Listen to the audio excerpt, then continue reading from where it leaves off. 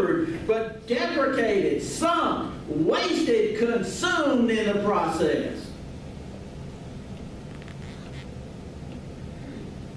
You see, Burke and Lane were arguing from the high moral ground of liberty and freedom.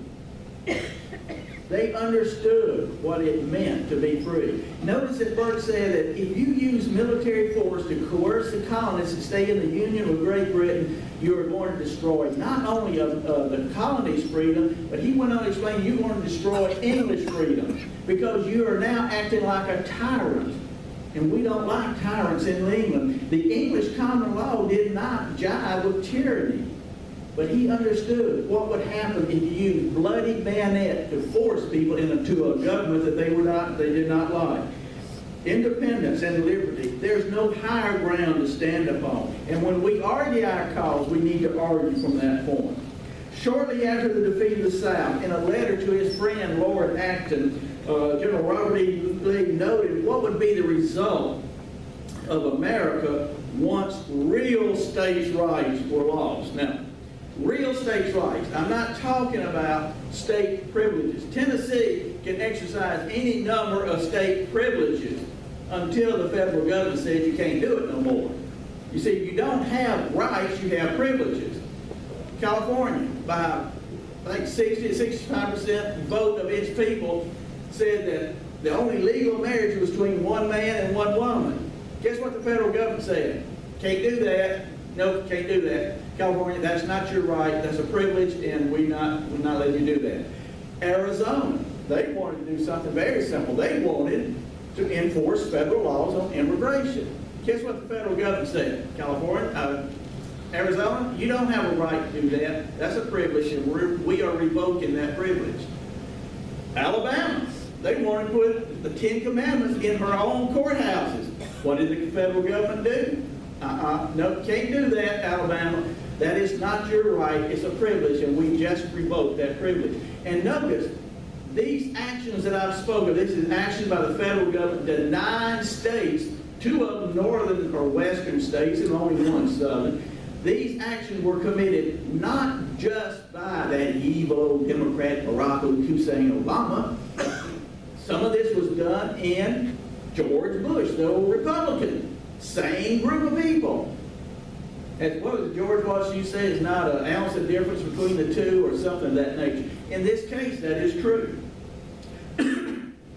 General Lee told Lord Acton, he said, quote, "I consider it real states' rights as a chief source of stability to our political system, whereas the consolidation of the states into one vast republic, sure to be aggressive abroad and despotic at home, will result in the overthrow of all we ever had." So General Lee understood what would happen when you destroy real states' rights and concentrate that power in Washington, D.C. You would end up with a government that was aggressive abroad and despotic at home. General Lee had, I think, understood, this was in 1866, he wrote this, just 4 years before he died, 1 year after Appomattox. General Lee understood that the South was right in 1861 because America was right in 1776. Your Confederate ancestors had the same grasp upon these same issues. It wasn't that the South was so noble and correct. It was America that was noble and correct. Your Confederate forefathers were merely defending that type of government your colonial forefathers fought and gave to us in 1776, 1786. That's all they were doing. Y'all ever watch the Beverly Hillbillies? Come on, y'all watch Beverly. Somebody's family that I loved Beverly Hills. There was a show, there was a program one time where Granny and the Clampers were going to have to fight the Civil War over again. And Granny, I love Granny. She's the original homeschooling mom because she had to homeschool Jeffro. And Jeffro came running to Granny and said, well, Granny, tell me one more time, what was the Civil War? And whereupon Granny just backslaps and said, how many times do I have to tell you, boy, the Civil War was when the Yankees invaded America. Granny say was right. You see, your Confederate ancestors, they were the ones who were defending the real America. The America with the foundation of the Declaration of Independence and all those noble principles for life, liberty, and the pursuit of happiness. That is what your ancestors were defending. They were not defending slavery. They were defending the real America. The America that was invaded by those rebels of the North. They were rebels because, why? Because they were in rebellion against the very fundamental principle that made America America.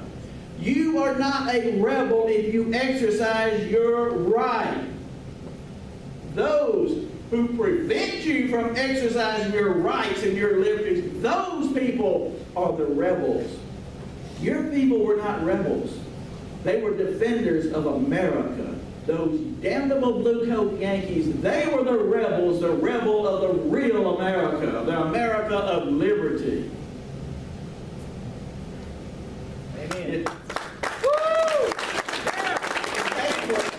April of 1906, while speaking to the Sons of Confederate Veterans, General Stephen D. Lee issued his now famous charge. Have y'all said the charge today? Well, we're going to hear it again.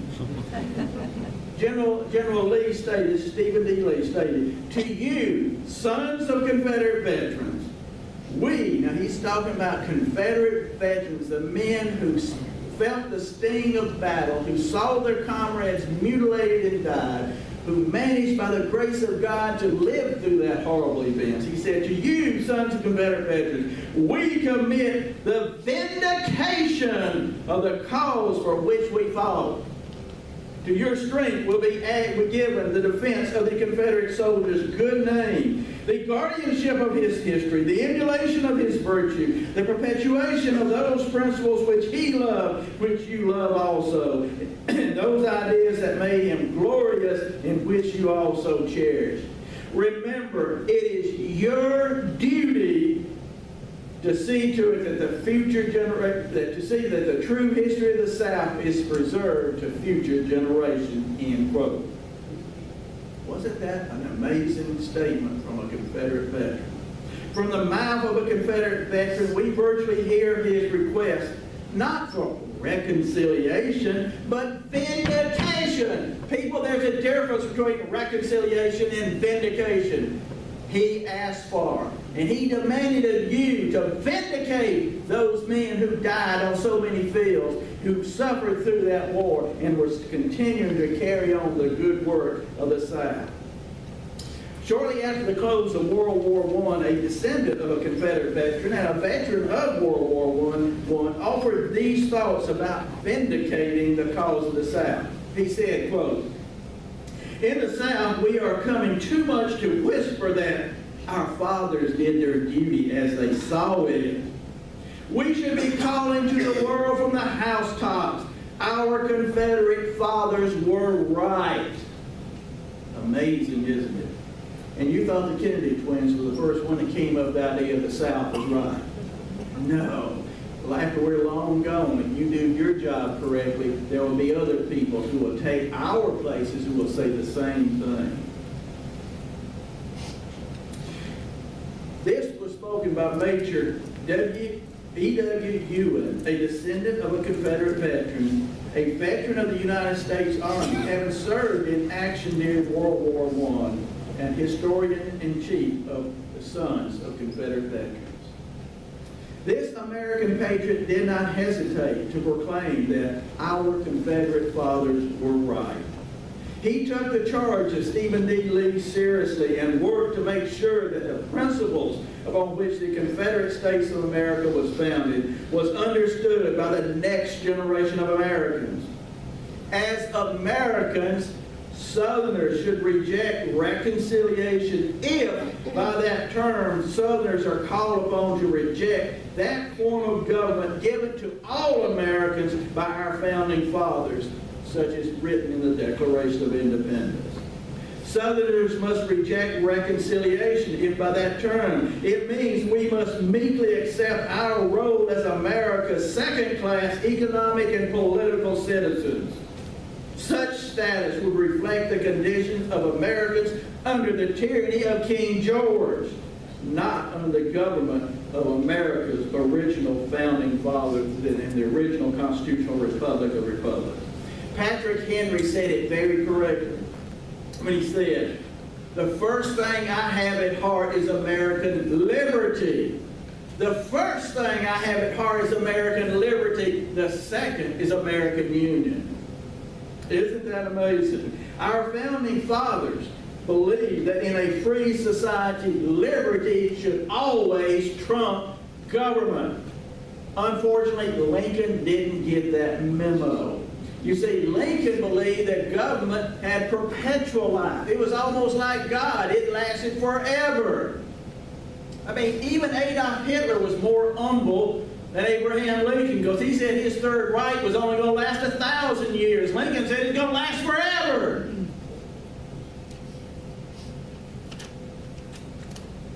You know, our founding fathers understood that government should serve us. We should not serve government. And that's what Patrick Henry is talking about here. But Abraham Lincoln turned America upside down.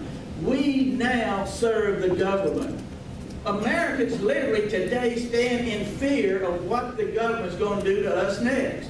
You know, whether it's going to be a drone strike, whether it's going to be, you know, your phone being tapped, and God knows what's going to happen, or with the IRS. I mean, you're in fear of what the IRS may do to you, because you don't want that knock on the door from the IRS.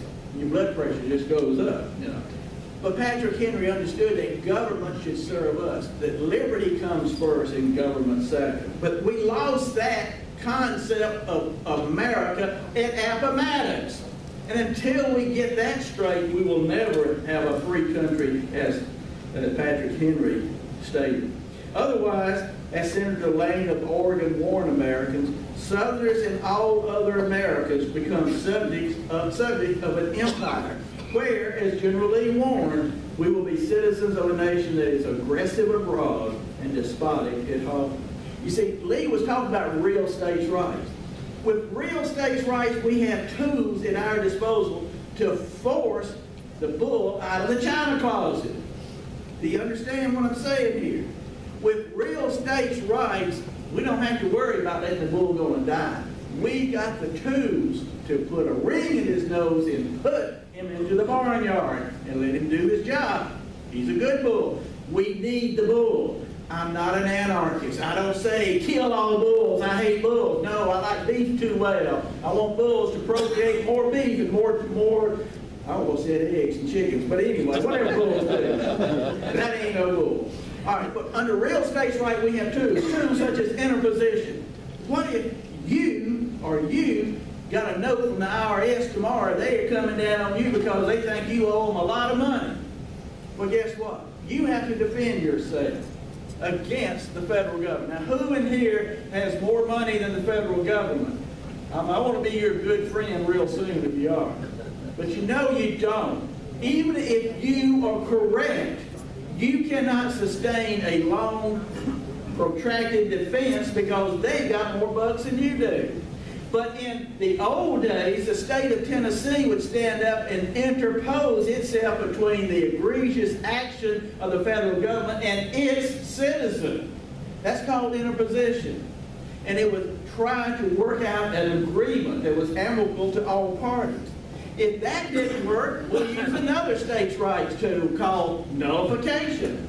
Ron and I have written a book, Nullifying Tyranny, which we talk about why we need to have these rights. And nullification is definitely one of those rights. It's a tool that we can use to prevent the federal government overreaching its authority. Now, anytime you talk about nullification, people often think, oh, John C. Calhoun, this is all propaganda that our people and the people of North have been exposed to. Oh, nullification, that was John C. Calhoun, that was proven illegitimate, and it didn't work back then, it ain't gonna work now.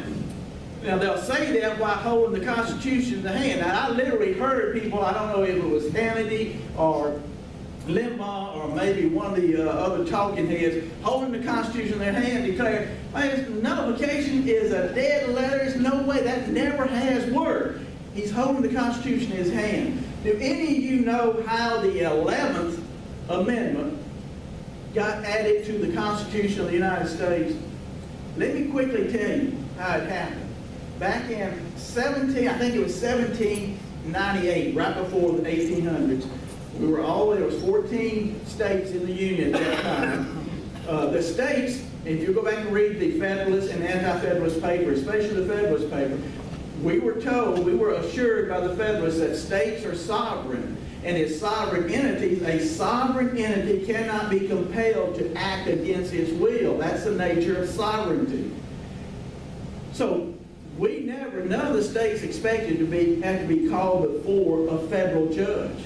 States, we're sovereign. We can't do that to us. Well, Georgia was sued in a federal court, and the federal court demanded Georgia come to the federal court and defend itself. Well, the legislature of Georgia was irate. They said, you can't do that. We are a sovereign state. Said, we hereby nullify the action of the federal Supreme Court. But they went on further. They didn't stop there. And they said, any federal agent that comes into the sovereign state of Georgia trying to enforce this illegal and unconstitutional act shall be, quote, hung by the neck until dead without benefit of clergy, end quote. Nobody ever tried to overdo it. But Georgia didn't stop there again. But here's the beauty of it. Georgia did not stop there. She turned to her other states and said, hey, we were told that we were sovereign states. In a sovereign state, we cannot be compelled into a federal court. So therefore, they passed the 11th Amendment. If you read the 11th Amendment, you'll read it and you're like, oh, how can that be? Because no state can be compelled into a federal court, according to the 11th Amendment. Unfortunately, Mr. Lincoln and the war with the adoption of the 14th Amendment destroyed all that. It put everything under the federal government. It essentially nullified the 11th Amendment. But the point is, until Appomattox, no state could be compelled to act against its will. Now, it could go voluntarily into a court, but it did not have to act against its will. And this is the action of nullification. Listen, ever hear of personal liberty laws? All throughout the North. We talked about the Fugitive Slave Act.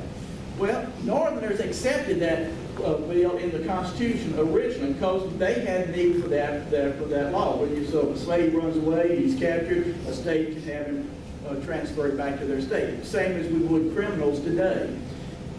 Well, many of the northern states said, up until now we agreed with this, but now we are so repulsed by slavery, we refuse to accept this constitutional amendment. And they actually, with their personal liberty laws, nullified laws of Congress and the Constitution itself. Because they said, at this point in our existence, we don't agree with this anymore, and we're not going to have it. They nullified that act.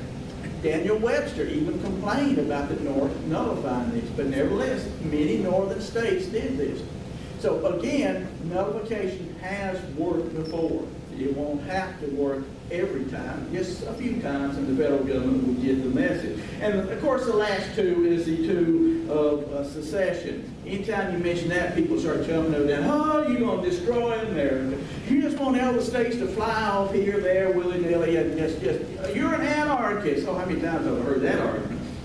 Well, let me tell you a quick story about growing up in Mississippi. When I grew up in Mississippi, we didn't lock doors. We had screen doors. That just to keep the flies out and the cats out.